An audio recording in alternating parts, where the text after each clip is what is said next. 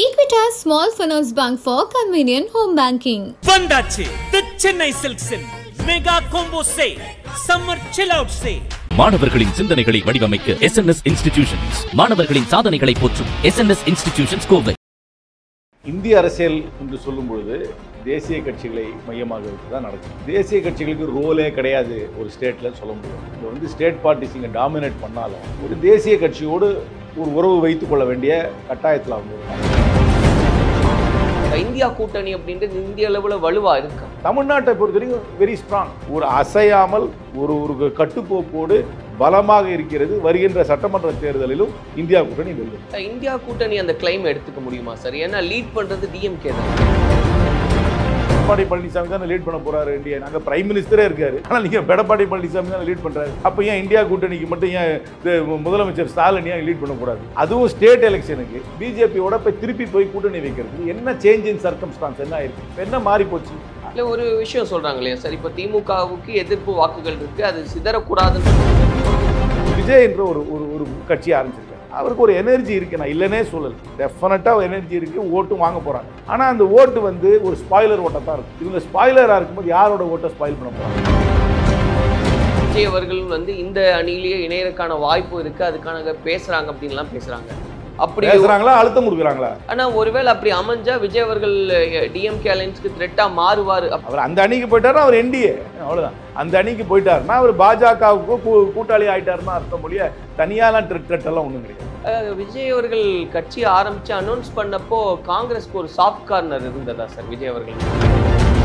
இப்ப தமிழ்நாடு காங்கிரஸின் நிலை எப்படி இருக்குன்னு பாக்குறீங்க? அதே நிலை தான், ஒன்றும் மாறல. 67 இருந்து அப்படியே தான் இருக்கு, ரெண்டும் கட்ட நிலையில தான் இருக்கு. ஆளுங்கட்சியும் கிடையாது, எதிர்கட்சியும் கிடையாது. ஒருவேளை தமிழ்நாடு காங்கிரஸ் கமிட்டியினுடைய தலைவரா அந்த வேலையே வராது. ஏன் கவலைப்படாது? ஏன்னா இப்படி பேச ஒருவேளை வந்தது அப்படின்னு பேசுறவன் எவனும் கொடுப்பான். இந்த மாதிரி நான் பேசுறதுனால கொடுக்கவே மாட்டாங்க. கலாட்டா நேயர்களுக்கு வணக்கம். நான் சரவண ராம்குமார். இன்னைக்கு நம்மோட நாடாளுமன்ற உறுப்பினர் திரு கார்த்தி சிதம்பரம் அவர்கள் இணைஞ்சிருக்காரு. அவர்கிட்ட நிறைய விஷயங்களை பேசலாம். வணக்கம். வணக்கம். அண்மையில உங்களுடைய பேட்டி பார்த்தோம் சார்.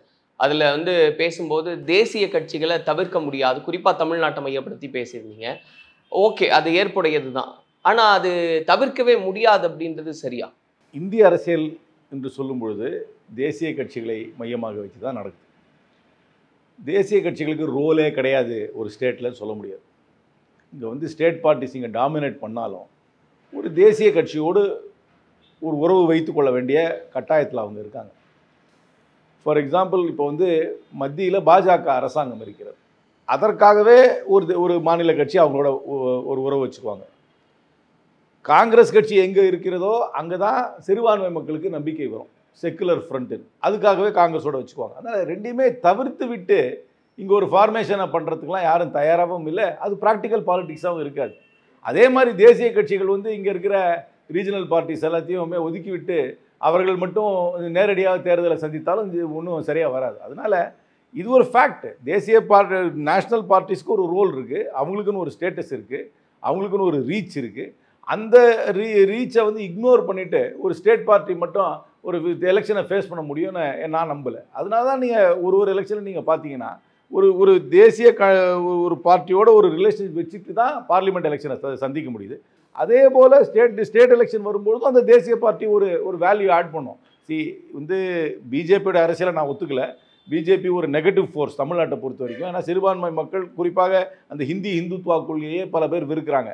ஆனால் ஒரு நேஷ்னல் கவர்மெண்ட் இருக்கணும், நாங்கள் பிஜேபி கூட கூட்டணி வச்சுக்கிறவங்க என்ன சொல்கிறாங்க, டபுள் இன்ஜின் சர்க்கார் அந்த மாதிரிலாம் சொல்லிலாம் பிரச்சாரம் பண்ணுவாங்க. அது ஒரு வேல்யூ இல்லையான்றது அதுக்கப்புறம் டிபேட் பண்ணிக்கலாம். ஆனால் அதுக்காக ஒரு உறவு தேடிக்குவாங்க. காங்கிரஸ் கட்சியோட பாரம்பரியமிக்க கட்சி. ரெண்டாவது, அது இங்கே மைனாரிட்டிஸ், அதாவது குறிப்பாக சிறுபான்மையினர் நம்பி ஒரு ஃப்ரண்ட்டுக்கு ஓட்டு போடுறாங்கன்னா அது காங்கிரஸ் கட்சி இருந்தால் தான் போடுவாங்க.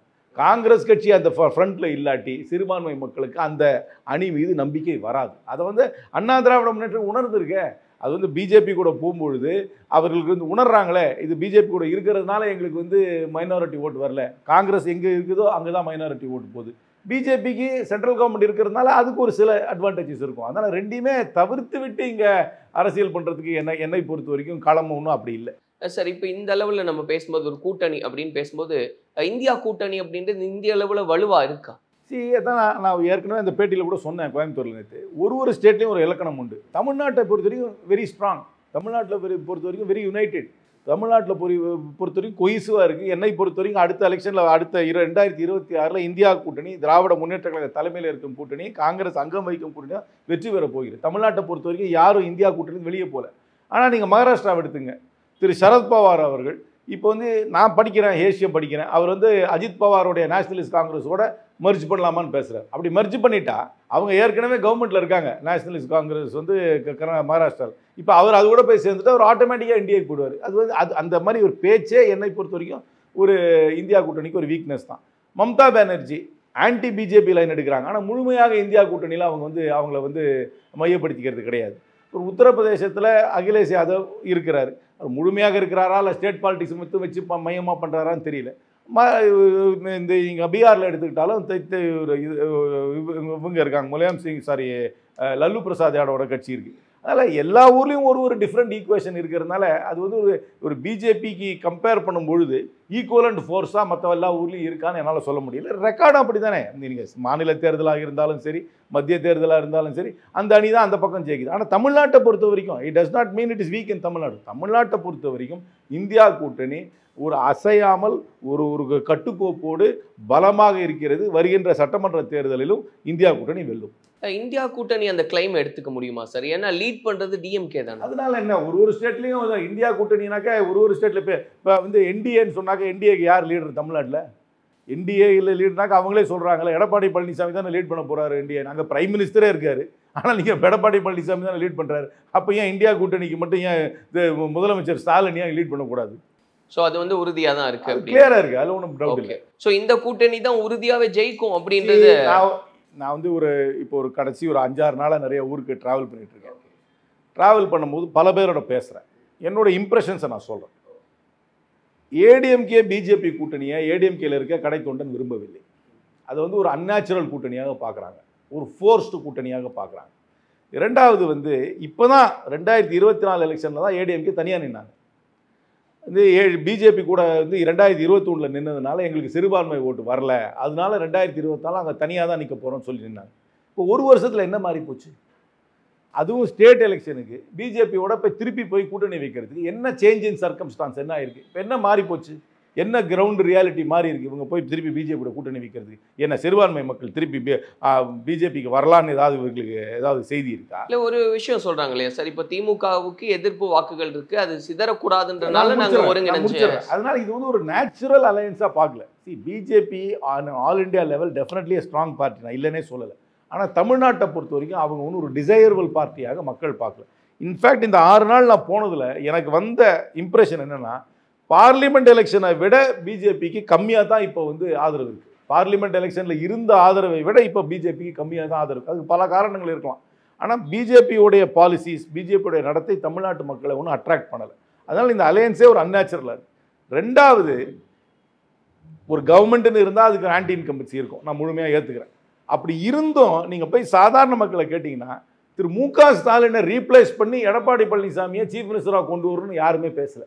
அந்த மாதிரி டாக் எங்கேயுமே கிடையாது. நீங்கள் முன்னாடியெல்லாம் அவர் வந்து ஜெயலலிதா ஆட்சியில் இருக்கும்போது ஜெயலலிதா போகணும், கலைஞர் வரணும் அப்படின்னு பேசுவாங்க. இல்லைனா கலைஞர் இருக்கும்போது கலைஞர் போகணும், ஜெயலலிதா வரணும் அப்படின்னு ஒரு டாக் இருக்கும். இது வந்து விஸ்டம் ஆஃப் த க்ரௌட். இது வந்து ஒரு சயின்டிஃபிக்காக நம்ம 4 பேர்கிட்ட பேசும்போது, கட்சிக்காரங்கிட்ட பேசும்போது, அப்புறம் அங்கே போய் பழகிறவங்ககிட்ட பேசும்போது இந்த மாதிரி ஒரு டாக் வரும். முதலமைச்சர் மாறணும் எல்லாம் சொல்கிறாங்க, இந்த இவர் போயிட்டு அவங்க முதலமைச்சர். நான் கேட்ட வரைக்கும் யாருமே திரு ஸ்டாலின் அவர்களை முதலமைச்சராக இருந்து திரு எடப்பாடி பழனிசாமி அவர்கள் முதலமைச்சர் ஆக வேண்டும் என்ற பேச்சு என் காதுக்கே படலை. அதுவே ஒரு ஃபேக்டர். இந்த அலையன்ஸ் வந்து ஒரு டாப் அலையன்ஸ் ஆயிடும். மூணாவது ஃபேக்டர் வந்து விஜய் என்ற ஒரு கட்சி ஆரம்பிச்சிருக்காரு. அவருக்கு ஒரு எனர்ஜி இருக்குது, நான் இல்லைன்னே சொல்லலை. டெஃபினட்டாக எனர்ஜி இருக்குது, ஓட்டும் வாங்க போகிறாங்க. ஆனால் அந்த ஓட்டு வந்து ஒரு ஸ்பாய்லர் ஓட்டாக தான் இருக்கும். அது தனிப்பட்ட முறையில் ஜெயிக்கிற அளவுக்கு அந்த ஓட்டு இருக்காதுன்னு எல்லாருமே சொல்கிறாங்க. ஆனால் ஸ்பாய்லர் ஓட்டாக இருக்கும் அந்த பார்ட்டி வந்து. ஆனால் அந்த ஸ்பாய்லர் ஓட்டை கூட அவங்களால கொண்டு வந்து சேர்க்க முடியுமான்றது போக தான் தெரியும். அவங்களுக்கு ஒரு எனர்ஜி இருக்குன்றதை முழுமையாக ஏற்றுக்கிறேன், அவங்களுக்கு ஆதரவு இருக்குன்றதை முழுமையாக ஏற்றுக்கிறேன். அதனால் அந்த எனர்ஜி வந்து ஒரு ஃபார்மாகவோ ஒரு உருவமாகவோ ஒரு அமைப்பாகவோ மாறி எலெக்ஷனில் வந்து ஓட்டை கொண்டு வந்து சேர்க்குமான்றது ஒரு கேள்விக்குறி. கொண்டு வந்து சேர்த்துடலாம், நான் இல்லைன்னு சொல்ல முடியும். 7-9 மாதம் இருக்க முடியும். ஆனால் இன்றைக்கே அது ஒரு கேள்விக்குறியா இருக்குது. ரெண்டாவது, அந்த பார்ட்டிக்கு ஒன்றும் ஒரு கிளியர் அஜெண்டா இன்னும் தெரியுது. மேடையில் வந்து பேசுகிறாங்க, அட்டாக் பண்ணுறாங்க, ஸ்பெசிஃபிக் இஷ்யூஸில் அவங்களுக்கு இன்னும் ஒரு பொசிஷனிங் என்னன்னு தெரியல. அதுக்கப்புறம் தான் அவங்களுக்கு ஆதரவாக எதிர்ப்பான்லாம் தெரியும். ஒரு யங்ஸ்டர் மத்தியில் அவர்களுக்கு ஒரு ஆதரவு இருக்குது. ஆனால் அந்த யங்ஸ்டர் கூட நான் பார்த்த வரைக்கும் டவுனில் தான் இருக்குது, கிராமத்தில் அவங்களுக்கு அவ்வளோ ஆதரவு இல்லை. அதனால் இவங்க ஒரு ஸ்பாய்லராக இருப்பாங்க. இவங்க என்னுடைய அசஸ்மெண்ட்டில் அவங்க தனிப்பட்ட முறையில் எலெக்ஷன் ஜெயிக்க முடியாது. இவங்க ஸ்பாய்லராக இருக்கும்போது யாரோட ஓட்டை ஸ்பாயில் பண்ண போகிறாங்க அப்படின்னு பார்க்கும்பொழுது என்னுடைய அசஸ்மெண்ட் இந்த மாதிரி ஒரு ஃப்ராக்மெண்டடாக அது நாம் தமிழர் தனியாக நிற்க போகிறாங்க. இப்படி ஃப்ராக்மெண்ட்டாக இருக்கும்பொழுது இந்தியா கூட்டணி மீண்டும் ஜெயிக்கிறதுக்கு பிரகாசமான வாய்ப்புகள் இருக்குது. நான் இப்போ கூட அண்மையில் ஒரு சர்வே பார்த்தேன். JVC ஸ்ரீராம்னு ஒருத்தருக்கார், கொஞ்சம் பிஜேபி அனுதாவி, ஆனால் இது சர்வே எடுக்கும்போது அவர் ப்ரொஃபஷனல் தான் சர்வே எடுப்பார். அவருடைய சர்வே ரிசல்ட் 24ஆம் தேதி வரப்போகுது. எனக்கு ஆனால் இந்த டாப் ஹெட்லைன்ஸ் எனக்கு ஷேர் பண்ணாங்க. அதில் வந்து நான் சொல்கிறது, நான் பார்க்குற கண்ணோட்டம் அந்த சர்வேலையும் ரிஃப்ளெக்ட் ஆகிருக்கு. அதனால் I am very confident that India கூட்டணி, டிஎம்கே தலைமையில் இருக்கும் கூட்டணி வருகின்ற தேர்தலில் வெற்றி பெற போகிறது. பட் இப்படி ஒரு சினாரியோ சொல்கிறாங்க இல்லையா சார், டிஎம்கே அலைன்ஸ் இருக்கு, ஆப்போசிட்டில் வந்து ஏடிஎம்கே பிஜேபி இருக்காங்க. விஜய் ஒருவேளை தனித்து நின்னார் அப்படின்னா நிறைய மைனாரிட்டி ஓட்டுகளை எல்லாம் அவர் வாங்கிக்குவார். அது வந்து ஏடிஎம்கே பிஜேபிக்கு தான் சாதகமாக ஒரு அந்த மாதிரி ஒரு ஹேஷியம் இருக்குது. ஆனால் நார்மலாக மைனாரிட்டிஸ் வந்து எப்படி ஓட்டு போடுவாங்கன்னா, தே ஓட் டாக்டிக்கலி பார்க்கும்பொழுது குறிப்பாக பிஜேபியை யாரால் தோக்கடிக்க முடியும் அப்படின்னு பார்த்து ஓட்டு போடுவாங்க. நீங்கள் உத்தரப்பிரதேசத்திலே பார்த்தீங்கன்னாக்க மைனாரிட்டிஸ் வந்து மாயாவதிக்கும் போகலாம், அகிலேஷ் யாதவுக்கும் போகலாம். யார் அங்கே வந்து அந்த பிஜேபி கேண்டிடேட்டை தோக்கடிக்க முடியுமோ அவர்களுக்கு போய் போடுவாங்க. அதனால் இங்கே வந்து தமிழ்நாட்டு அளவில் பிஜேபி உள்ளே வரக்கூடாது என்பதில் ரொம்ப தெளிவாக இருப்பாங்க மைனாரிட்டிஸ் மட்டும் இருப்பாங்க. அப்புறம் தமிழ் உணர்வு உடையவர்களும் அந்த மாதிரி ஒன்று இருப்பாங்க. ஏன்னா இந்த இந்துத்துவா அரசியல் சாயம் இங்கே வரக்கூடாதுன்றதுக்காக அவங்க அப்படி நினச்சி ஓட்டு போடுறவங்க யாருக்கு ஓட்டு போட்டால் அது அந்த அணி உறுதியாக தோக்கடிக்கப்படும் என்பதையும் பார்ப்பாங்க. விஜய்க்கு இன்னும் அந்த பொலிட்டிக்கல் பலம் வரல, தனியாக தானே இருக்கார். இன்னும் நீங்கள் விஜயோட பார்ட்டியை பார்த்தீங்கன்னா பிரபலமானவர்கள், அரசியல் அனுபவமிக்கவர்கள் யாருமே இந்த கட்சியில் சேரல. வேறு எந்த கட்சியும் இன்னும் அந்த ஆதரவு தெரிவிக்கல. ஆனால் விஜயகாந்துக்கு அப்படி இல்லை. முதல்ல கட்சி ஆரம்பித்த உடனே கொஞ்சம் பிரபலமானவர்கள் மற்ற அரசியல் இயக்கங்கள்லேருந்து போய் சேர்ந்தாங்க. இப்போ யாருமே அங்கே போகல. அதுவும் நம்ம கவனித்து பார்க்க வேண்டியதாக இருக்குது. நான் ஒன்றும் குறைச்சி யாரையும் மதிப்பிடல, யாரையுமே நான் வந்து உதாசீனப்படல. இன்னைக்கு இருக்கிற நிலவரம் இப்படியே இருந்து கண்டினியூ பண்ணிச்சுன்னா யார் ஜெயிப்பான்னு சொல்கிறேன். இந்த சினாரியோ மாறிச்சுன்னா அனாலிசிஸும் மாறும். ஸோ அப்படியும் சொல்கிறாங்க சார். இப்போ வந்து விஜய் அவர்கள் வந்து இந்த அணியிலேயே இணையறதுக்கான வாய்ப்பு இருக்குது, அதுக்கான பேசுகிறாங்க அப்படின்லாம் பேசுகிறாங்க. அப்படி பேசுகிறாங்களா, அழுத்தம் கொடுக்குறாங்களா? ஓகே, அது எப்படி வேணால் எடுத்துக்கலாம் சார். ஆனால் அப்படி ஒரு அணி அமைஞ்சா அது டெஃபரெண்டாக நான் சொல்கிற அனாலிசிஸ் மாறும். அதை வந்து நான் வந்து அது கொஞ்சம் 2 அணிகள் தானே தேர்தலில் நிற்கும். 3 அணிகளாக நிற்கும் போது அனாலிசிஸ் வேறு மாதிரி இருக்கும். 2 அணிகளாக இருக்கும், அனாலிசிஸ் கண்டிப்பாக பார்க்கணும். அது வரும்பொழுது அது விட்டு தான் பார்க்கணும். விஜய் ரசிகர்கள் வந்து அந்த அலையன்ஸை ஏற்றுக்கிறாங்களான்னு பார்க்கணும். அப்புறம் விஜயுடைய ரோல் வந்து இப்போ வந்து தான் முதலமைச்சர் என்று சொல்லி அரசியல் பயணம் செஞ்சு கொண்டிருக்கிறார்கள்.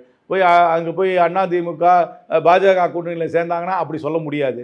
அதெல்லாம் பார்க்கணும். அதுக்கப்புறம் அந்த ஓட்டு டிரான்ஸ்ஃபர் ஆகுதான்னு பார்க்கணும். அதுக்கப்புறம் எப்படி வரவேற்குதுன்னு பார்க்கணும். இல்லைனா அவர்களுடைய இத்தனை பேர் ஒன்றா சேர்ந்தப்புறம் அவங்களுக்கு தொகுதி பங்கீட்டில் பிரச்சனை வருதான்னு பார்க்கணும். ஆனால் இன்றைக்கி நான் இப்போ சொல்கிற அனாலிசிஸ் இப்போ இருக்கிற சிச்சுவேஷனை வச்சு, இது மாறிச்சுன்னா என்னுடைய அனாலிசிஸும் மாறும். ஆனால் ஒருவேளை அப்படி அமைஞ்சா விஜய் அவர்கள் டிஎம்கே அலைன்ஸ்க்கு த்ரெட்டாக மாறுவார் அப்படின்றது அவர் தனியாக அவர் அந்த அணிக்கு போயிட்டாருன்னா அவர் இல்லை. அதுதான் சார், அவர் அந்த அணிக்கு போயிட்டாருன்னா அவர் என்டிஏ, அவ்வளோதான். அந்த அணிக்கு போயிட்டாருன்னா அவர் பாஜகவுக்கு கூட்டாளி ஆகிட்டாருன்னா அர்த்தம் மொழிய தனியாலாம் த்ரெட்டெல்லாம் ஒன்றும் கிடையாது. ஓகே, ஸோ அப்போ ஆனால் கேல்குலேஷன்ஸ் மாறும். சரி, அந்த சிச்சுவேஷன் வரலையே. இன்றைக்கி இருக்கிற சிச்சுவேஷனில் அவங்க தனியாக நிற்கிறேன்னு சொல்கிறாங்க, என்டிகே தனியாக நிற்கிறேன்னு சொல்லுது. என்டிஏ ஒரு ஏற்கனவே ஃபார்ம் பண்ணியிருக்காங்க. பிஎம்கே தான் இன்னும் டிக்ளேர் பண்ணாத ஒரே ஒரு கட்சி, டிக்ளேர் பண்ணாத பொசிஷன்ன்றது பிஎம்கே மட்டும்தான். மற்றபடி இந்தியா கூட்டணியில் எல்லாரும் இருக்கிறாங்க. அதனால் இன்றைக்கி இருக்கிற செஸ் போர்டை வச்சு நான் பதில் சொல்கிறேன். இப்போ காய்கள் வேறு பாக்ஸுக்கு மூவ் பண்ணாங்கன்னா நான் வேறு மாதிரி அனாலிசிஸ் சொல்லுவேன். ஆனால் எப்படி பார்த்தாலும் 26 எலெக்ஷன் அப்படின்றது ஒரு டஃப் ஃபைட்டாக தான் இருக்குன்றது தான் எல்லா பக்கத்துலையும் சொல்கிறாங்க. இது இயல்பு தானே. எல்லா எலெக்ஷனுமே டஃப் எலெக்ஷன் தான். எந்த எலெக்ஷனும் ஈஸி எலெக்ஷன் கிடையாது. டிஎம்கே 200 அசால்ட்டாக நாங்கள் ஜெயிச்சிருவோம். எல்லா கட்சியும் தான் சொல்லணே, வேட்புமனு தாக்கல் செய்கிற அத்தனை வேட்பாளர்களும் தாங்க ஜெயிக்க போகிறோம் தான் சொல்கிறாங்க. தேர்தலில் போய் நிற்கிற அத்தனை கட்சியும் ஜெயிக்க போகிறதான்னு சொல்லுது. யாராவது பேட்டிங் போகும்போது அவுட் ஆகுன்னு சொல்லிட்டு பேட்டிங் போகிறாங்க, ரன் அடிக்க போகிறேன்னு சொல்லி தானே பேட்டிங் போய் இது இயல்பு தான். ஓகே, ஆனால் இது வரைக்கும் பார்க்காத ஒரு எலெக்ஷனை பார்க்க போகிறீங்கன்னு விஜய் அவர்கள் மேடையில் பேசுகிறீங்க. அது பார்க்காதனா அவர் பார்க்க போகிறாரு. அவர் வந்து இவ்வளோ நாளாக ஓட்டு போட்டுட்டு இருந்தார், இப்போ போய் ஒரு வேட்பாளராக நிற்கலாம், அதான் பார்க்காதல். இது ஒன்றும் இதில் இந்திய சரித்திரத்திலையோ தமிழ்நாடு சரித்திரத்திலோ இல்லாத எலெக்ஷனை ஒன்று இவரோட என்ட்ரி என்ன மாற்றுதா? அப்படிலாம் ஒன்றும் கிடையாது. நடிகர்கள் முன்னாடி தான் கட்சி ஆரம்பிச்சிருக்காங்க. விஜயகாந்த் கட்சி ஆரம்பிக்கலையா? எம்ஜிஆர் கட்சி ஆரம்பித்து வெற்றி அடையவில்லையா? அந்த கட்சியை வந்து ஜெயலலிதா கிட்ட வந்து அவங்க வெற்றி அடையவில்லையா? What is unique? Nothing unique about it. ஒரு ஃபிலிம் ஸ்டார் தமிழ்நாட்டு அரசியலுக்குள்ளே வர்றது ஒரு புதுமையே கிடையாது. இதில் என்ன இருக்குது புதுமை? எத்தனை ஃபிலிம் ஸ்டார் வந்துட்டு போயிட்டாங்கப்பா? சிவாஜி கணேசன் வரலையா? கமல்ஹாசன் வரலையா? ரஜினிகாந்த் வரேன்னு சொல்லிட்டு வரல. அந்த மாதிரி இதெல்லாம் ஒரு நடிகர் வந்து ஒரு கட்சியை ஆரம்பித்து அரசியல் களத்தை பார்ப்பது ஒன்றும் தமிழ்நாட்டுக்கு புதிதே கிடையாது. Nothing unique about it. Vijay அவர்கள் கட்சி ஆரம்பிச்சு அனௌன்ஸ் பண்ணப்போ காங்கிரஸ்க்கு ஒரு சாஃப்ட் கார்னர் இருந்ததா சார் விஜய் அவர்கள் மேல? எங்களுக்கு யார் மேலும் எதிர்ப்பெல்லாம் ஒன்றும் கிடையாது. எதிர்ப்பு இல்லை. என்ன ராகுல் காந்தி தான் அவர் சொல்லி இருந்ததாலாம் தகவல் வந்திருந்தது அப்படின்றது. அதெல்லாம் எனக்கு வெளிப்படையாக என்ன மீட்டிங் நடக்கிற மீட்டிங் தான் எனக்கு தெரியும். இதெல்லாம் எனக்கு தெரியாது. எங்களுக்கு ஒன்றும் எதிரி கட்சி இல்லை. எங்களுக்கு எல்லா கட்சியுமே பிஜேபியை தான் நாங்கள் வந்து நிராகரிக்கிற அரசியல் கட்சியாக பார்க்குறோமே தவிர வேறு எந்த அரசியல் கட்சியோடு நாங்கள் உறவு வைத்துக்கிறதுல எங்களுக்கு ஒன்றும் தயக்கமே கிடையாது. சார், இப்போ அண்மை நிகழ்வு அப்படின்னு நம்ம பேசும்போது இந்த பொள்ளாச்சி வழக்கை பொறுத்த வரைக்கும் வெளிவந்த தீர்ப்பு அதை எப்படி பார்க்குறேன்? வரவேற்கிறேன். சிபிஐ ஸ்ட்ராங் கேஸ் போட்டு குற்றவாளிகளை வந்து அவங்க தண்டித்திருக்கிறார்கள். வரவேற்கிறேன். அது வந்து எனக்கு ரொம்ப கொடூரம். அது இப்போ இந்த சம்பவம் நடந்ததுக்கப்புறம் நிறைய ஃபேக்ட்ஸ் வந்து மறந்து போச்சு. இப்போ திருப்பி இது படித்த பிறகு தான், தீர்ப்பு படித்த பிறகு தான் அது ஞாபகமே வருது. அந்த மாதிரி கொடூரம். இதெல்லாம் ஒரு பிளான்டு மொலஸ்டேஷன், பிளான்டு இந்த ஒரு அட்டாக் ஆன் விமன். இதை கண்டிப்பாக கண்டிக்கணும். இது கண்டிப்பாக கடுமையான தண்டனை கொடுக்கணும். இதை நான் இந்த தீர்ப்பை நான் வரவேற்கிறேன் முழுமையாக. தமிழ்நாட்டில் பெண்களுக்கு எதிரான இந்த பாலியல் வன்முறையும் அதிகமாக இருக்குது அப்படின்ற பேச்சுக்கள் வந்து அதுக்கு வந்து அது சமுதாயம் தான் காரணம், அரசாங்கம் காரணம் கிடையாது. எந்த அரசாங்கமும் ஒரு தனி மனிதன் ஆசாபாசத்துக்காக செய்யும் குற்றத்தை தடுக்கவே முடியாது. 2 பேர் ரோடில் நடந்து போயிட்டு இருக்காங்க, திடீர்னு சண்டை வந்துடுது, ஒருத்தன் சோடா பாட்டில் எடுத்து ஒருத்தன் மண்டையில் அடித்து உடச்சிட்டானா கவர்மெண்ட் எப்படி தடுக்கும்? ஒரு பஸ்ஸில் போயிட்டு இருக்கிறாங்க, ஒரு பெண்ணை பார்த்து அவன் வந்து தப்பாக நடந்துக்கிறான், கவர்மெண்ட் எப்படி தடுக்க முடியும்? நடந்ததுக்கப்புறம் அவங்க நடவடிக்கை எடுக்கலாம், தண்டனை வாங்கி கொடுக்கலாம். இந்த தனி மனிதனுடைய அது கிரைம் ஆஃப் பேஷன்னு சொல்கிறாங்கல்ல, இதை போய் எந்த கவர்மெண்ட்டாலையும் தடுக்க முடியாது. அது நடந்தால் கடுமையான தண்டனை எடுத்து கொடுக்கலாம். தண்டனையின் மூலமாக மற்றவங்க அச்சப்பட்டு அதை செய்யாமல் இருக்கலாமே தவிர அரசாங்கம் அதை தடுக்க முடியாது. அரசாங்கம் எதை தடுக்கலாம்னா ஆர்கனைஸ்ட் கிரைமை தடுக்கலாம், இந்த மாதிரி கூலிப்படையை தடுக்கலாம். அந்த மாதிரி விஷயங்களை தான் அரசாங்கம் தடுக்க முடியும். ஏன்னா என்னென்னா இந்த மாதிரி ராத்திரி நேரங்களில் மற்ற இடங்களில் நல்லா லைட்டை போட்டு இன்னும் ரோந்து படையெல்லாம் அனுப்பலாம், கொஞ்சம் சேஃப்டி கொடுக்குறதுக்கு. But most crime of passion happens in close doors. ஒன்றும் வெளியில் ஒரு தெருவில் நடக்கிறது இல்லை, வீட்டுக்குள்ளே தெரிந்தவங்கக்கிட்ட இதில் தான் நடக்குது. கிரைம் ஆஃப் பேஷன் நடக்குதுன்னு பார்த்தீங்கன்னா அது ஒன்றும் மைதானத்துலேயோ பொதுவெளியிலையோ நடப்பது கிடையாது. முக்காவாசி கிரைம் ஆஃப் பேஷன் நடக்கிறது ப்ரைவேட் ஏரியாவில் தான் நடக்குது. அது எப்படி கவர்மெண்ட் தடுக்கும்? எந்த கவர்மெண்டால தடுக்க முடியும்? இல்லை, அது அதிகரிக்கும் போதே வந்து கட்டுப்படுத்துறது எப்படி பண்ணுறது? இது வந்து சமுதாயம் அந்த ஒரு பாதையை நோக்கி சென்று கொண்டிருக்கிறது. இது சமுதாய மாற்றமில்ல வர வேண்டும். சமுதாயத்தில் ஆண் பிள்ளைகளை நல்லா வளர்க்கணும், பெண்களை வந்து ஒரு ஆப்ஜெக்ட் ஆஃப் டிசையர்னு மட்டும் நீங்கள் பார்க்காம அவங்களை அவங்க ஈக்குவலாக பார்க்கணும்னு கற்றுக் கொடுக்கணும், அதுக்கு சென்சிட்டைஸ் பண்ணணும். அப்படி தான் பண்ண முடியும். ஒரு ஒர்க் பிளேஸ்லையோ ஒரு தோட்டத்திலையோ ஒரு வீட்லேயோ நடக்கிற கிரைம் ஆஃப் பேஷனை அரசாங்கம் எப்படி தடுக்கும்? எந்த அரசாங்கத்தால் தடுக்கும்? அப்போ டிஎம்கேவும் ப்ளேம் பண்ணாங்களா சார்? இப்போ பொள்ளாச்சியில் வந்து தீர்ப்பு வந்த சமயத்தில் இது அதிமுக காலத்தில் நடந்தது அப்படின்னு கவர்மெண்ட்டை வந்து கிரைம் ஆஃப் பேஷனுக்கு ப்ளேம் பண்ணுறதை நான் ஏற்றுக்கவே மாட்டேன், நான் பண்ண மாட்டேன். மற்றவங்க பண்ணாங்கன்னா ஏன் பண்ணாங்கன்னு அவங்களே போய் கேளுங்க. என்னை பொறுத்த வரைக்கும் ஒரு கிரைம் ஆஃப் பேஷனை எந்த கவர்மெண்டாலையும் தடுக்க முடியாது. இப்போ நாளைக்கு ஒரு வீட்டில் இருக்காங்க, ஒரு ஆணும் பெண்ணும் இருக்காங்க, ஒரு பொண்ணு வேலைக்காக வருது, அந்த பெண்ணோட அந்த வீட்டில் இருக்கிற ஆண் வந்து தவறாக நடந்துக்கிட்டாருன்னா இது எந்த கவர்மெண்ட்டுங்க கட்டுப்படுத்த முடியும்? அந்த பொண்ணு போய் போலீஸ் ஸ்டேஷனில் கம்ப்ளைண்ட் கொடுத்துச்சுன்னா நியாயமாக அந்த கம்ப்ளைண்ட்டை எழுதி அதுக்கு கௌரவமாக அதோடைய ஐடென்டிட்டியை வெளியே விடாமல் ஒழுங்காக விசாரித்து அந்த மாதிரி நிஜமாவே சம்பவம் நடந்திருந்தான்னு பார்த்து ஒரு தண்டனை வாங்கி கொடுக்கலாம். அவ்வளோதானே கவர்மெண்ட் பண்ண முடியும். அது போய் அந்த வீட்டில் நடந்த சம்பவத்தை போய் ஒரு அரசாங்கம் தடுக்க முடியுமா? ஐடென்டிட்டியை வெளியே விடுறாங்களே, தப்பு. ஐடென்டிட்டியை வெளியே விடக்கூடாது. அதுக்கு சுப்ரீம் கோர்ட் கைட்லைன்ஸே இருக்குது. அதை மீறி பண்ணாங்கன்னா யார் அதுக்கு பொறுப்போ அவர்கள் மீது நடவடிக்கை எடுக்கணும். இப்போ இந்த நீட் மீதான உங்களுடைய பார்வை எப்படி இருக்குது சார்? இந்த கேள்வி வந்து ஒரு புளிச்சு போன கேள்வி. நான் பல தடவை சொல்லிட்டேன். நீட்டை வந்து 3 ரீசனுக்காக கூடாதுன்னு நினைக்கிறேன். ஒன்று, மாநில அரசாங்கம் நடத்தும் மருத்துவக் கல்லூரிக்கு மத்திய அரசாங்கம் தேர்வு நடத்த தேவை கிடையாது. இரண்டாவது, 12ஆம் கிளாஸ் மார்க்கை முழுமையாக நிராகரித்து விட்டு ஒரு தேர்வின் மூலமாக என்னை பொறுத்த வரைக்கும் அட்மிஷன் போடக்கூடாது. ஆனால் அப்போ எதுக்கு இந்த 12ஆம் கிளாஸ் எவ்வளோ இம்பார்ட்டன்ஸ் கொடுக்குறீங்க? இப்போ அவ்வளோ பப்ளிக் எக்ஸாம்ன்றீங்க, ப்ரெஷர் போடுறீங்க, அதுக்கு மாடல் எக்ஸாம் வைக்கிறீங்க, அந்த மார்க் வரவங்களை புகழ்றீங்க. ஆனால் அந்த மார்க் வரதை கன்சிடரே பண்ணாமல் இருக்கிறது அதில் மூணாவது வந்து இந்த கரிக்குலம் வந்து இதில் வந்து இந்த நீட்டில் ஜெயிக்கணும்னாக்க ஒரு டியூஷன் கிளாஸுக்கோ ஸ்பெஷல் கிளாஸுக்கோ போய் தான் ஜெயிக்க முடியுது ஒழிய அது இல்லாமல் அவர்களால் பல பேரால் ஜெயிக்க முடியாது. இந்த 3 ரீசனுக்காக நீட் தேவையில்லைன்னு நினைக்கிறேன். ரைட். அதே போல் இதுலேயும் உங்களுடைய பார்வை இருமொழி கொள்கை அப்படின்றது தான் தமிழ்நாட்டுக்கு தேவையானது. அதுதான் என்னுடைய நிலையம். யாராவது மொழி கற்றுக்கணும்னா விரும்பி கற்றுக்குவாங்க. நெசசிட்டி. நான் வந்து போய் வடநாட்டில் வேலை செய்ய போகிறேன், நான் இருக்கிற இடத்துல யாருக்கும் ஆங்கிலம் தெரியாது, நான் இருக்கிற இடத்துல நான் ஹிந்தி பேசினா தான் அந்த இடத்துல என்னால் புழங்க முடியும் அப்படின்னா நான் பாட்டுக்கு ஹிந்தியை கற்றுக்க போகிறேன். கட்டாய பாடமாக்குறத நான் ஏற்றுக்கல. எதுவாக இருந்தாலும் இந்த மாநில மொழி தமிழ், நம்முடைய கலாச்சார மொழி தமிழ். ஆங்கிலம் தான் இந்த உலகத்துக்கும் நமக்கும் தொடர்பை ஏற்படுத்திக்கிறது. நீங்கள் ஆங்கிலம் தான், சயின்ஸ் வேணுமா, காமர்ஸ் வேணுமா, உலகத்தோட வர்த்தக தொடர்பு ஆங்கிலம், இப்போ உலகத்தோட விஞ்ஞான தொடர்பு ஆங்கிலம். அதனால் இதுதான் நமக்கு தேவை. ஏதாவது ஒரு சயின்டிஃபிக் புக் இருக்கா உலகத்தில்? இந்த சயின்டிஃபிக் புக்கு ஹிந்தியில் மட்டும்தான் இருக்குது. இந்த ஹிந்தி தெரியாட்டி இந்த சயின்டிஃபிக் புக்கை படிக்க முடியாதுன்னு எதாவது இருக்கா? அப்படி கிடையாதுல்ல. நாளைக்கு இஸ்ரோவில் என்ன பேசிக்கிறாங்க? அதனால் இஸ்ரோவும் நாசாவும் பேசிக்கணும்னா எந்த மொழியில் பேசிக்குவாங்க?